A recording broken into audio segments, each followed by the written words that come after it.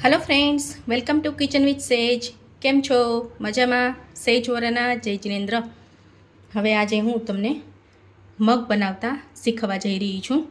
तो आपणे चालो झड़पथी जोई लईए मगने केवी रीते वगारवा अने बनाववा। 3 થી 4 मुठ्ठी मग लीधेला हता। 2 पाणीए सारी रीते धोईने मगनो दाणो थोड़ो मोटो होय एवी साइजना लेवा, नानो हशे तो पण चालशे।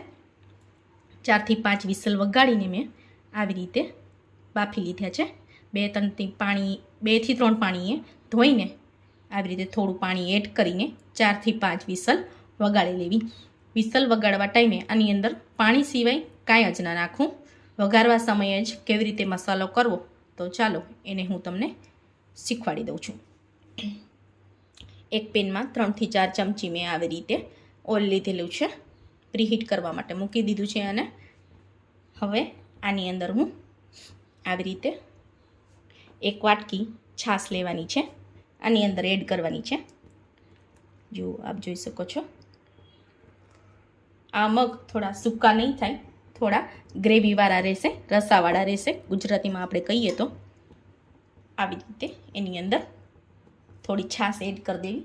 છાશનું પ્રપોર્શન 1 જ વાટકા જેટલું લેવું।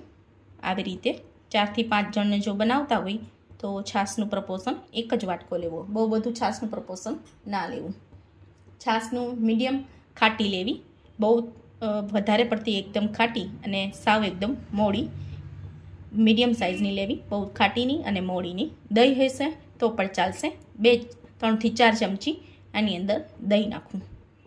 અત્યારે મેં છાશ લીધેલી હતી, સ્વાદ પ્રમાણે આની અંદર મીઠું નાખી દેશું।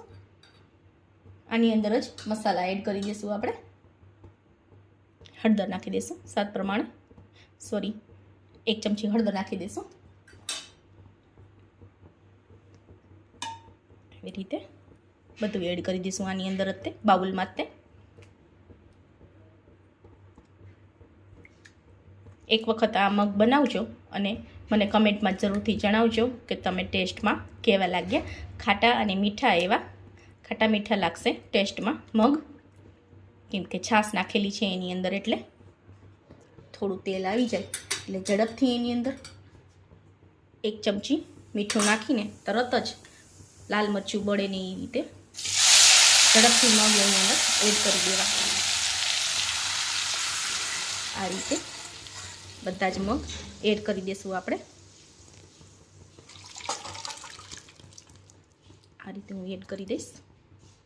આવી રીતે મગ વઘારશો તો એનો કલર પણ એકદમ ડિફરન્ટ આવશે, અલગ જ લાગશે।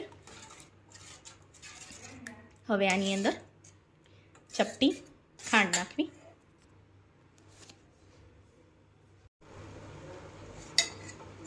આવી રીતે વઘાર્યા પછી હું એની અંદર જરા જમથી શુગર નાખીશ, ખાંડ નાખીશ અને 5 થી 10 મિનિટ આને ઉકળવા દઈશ।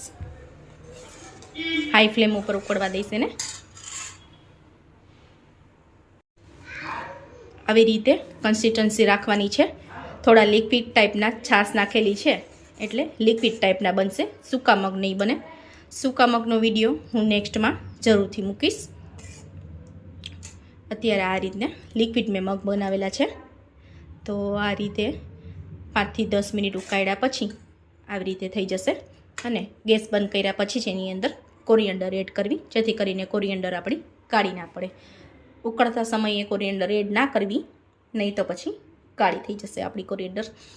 સો ફાઇનલી ફ્રેન્ડ્સ, આપણા મગ બનીને તૈયાર છે।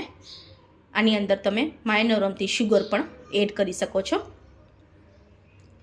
જો ખાલી ખટાશવાળું ભાવતું હોય તો ખાલી છાશનું પ્રપોર્શન રાખવું, અને ખટાશ અને થોડીક મીઠાશ ભાવતી હોય તો તમે આની અંદર 1 ચમચી શુગર પણ એડ કરી શકો છો।